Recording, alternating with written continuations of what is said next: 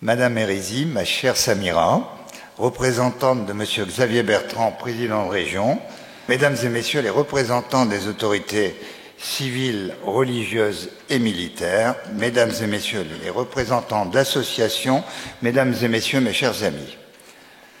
C'est un grand honneur pour notre communauté de recevoir ce soir un invité de marque, un intellectuel dont l'engagement pour la mémoire et l'histoire éclaire notre réflexion collective, Georges-Marc Benamou.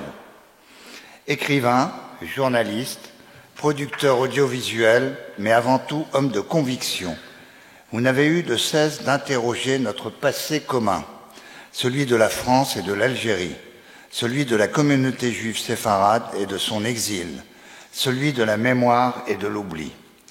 Votre parcours, d'abord dans le journalisme, vous a mené à diriger des publications influentes et à produire des documents marquants. Vous avez mis votre plume au service d'un devoir de vérité, n'hésitant pas à soulever des sujets sensibles, souvent complexes mais toujours essentiels. Parmi vos ouvrages, Un mensonge français, vous mettez en lumière la responsabilité de l'État français dans la déportation des Juifs, tandis que votre dernier livre, Le dernier Mitterrand, nous offre un regard unique sur les paradoxes d'un homme des temps. Puis, en tant que réalisateur, entre autres, le film « C'était la guerre d'Algérie », réalisé avec Benjamin Stora, est une plongée saisissante au cœur de l'un des conflits les plus marquants du XXe siècle. À travers des images d'archives rares et des témoignages poignants, ce documentaire retrace avec rigueur et humanité les événements qui ont bouleversé la France et l'Algérie entre 1954 et 1962.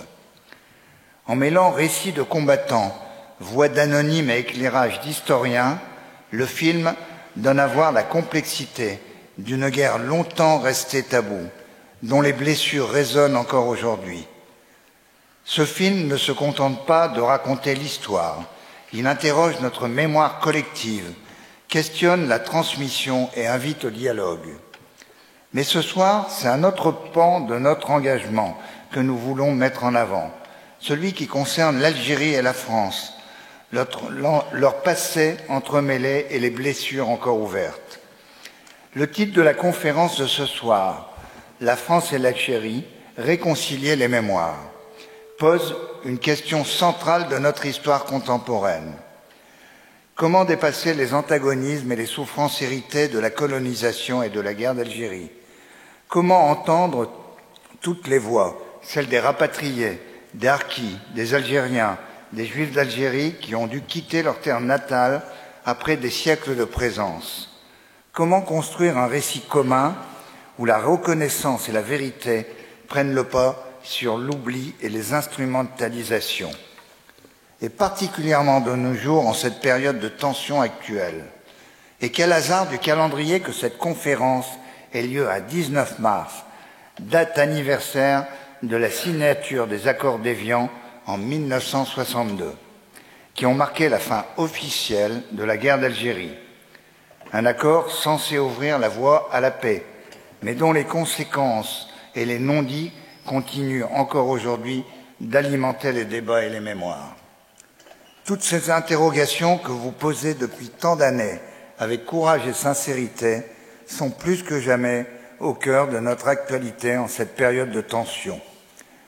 Vous avez toujours cherché à ouvrir le dialogue, refusant les simplifications, plaidant pour une mémoire réconciliée où chacun trouve sa place.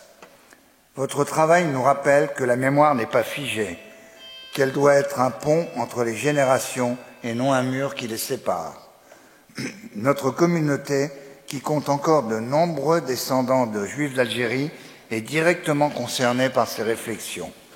Plus que jamais, nous sommes à la croisée des cultures, héritiers d'une histoire franco-algérienne riche et douloureuse, mais aussi porteurs d'un message d'apaisement et de transmission. Ce soir, en vous accueillant, Monsieur Benamou, dans notre belle synagogue de Lille, nous affirmons notre attachement à ce dialogue des mémoires. Au nom de la communauté, de chaque personne présente ici ce soir, nous vous remercions d'avoir accepté notre invitation et c'est pour nous un honneur et un privilège. Merci. Merci.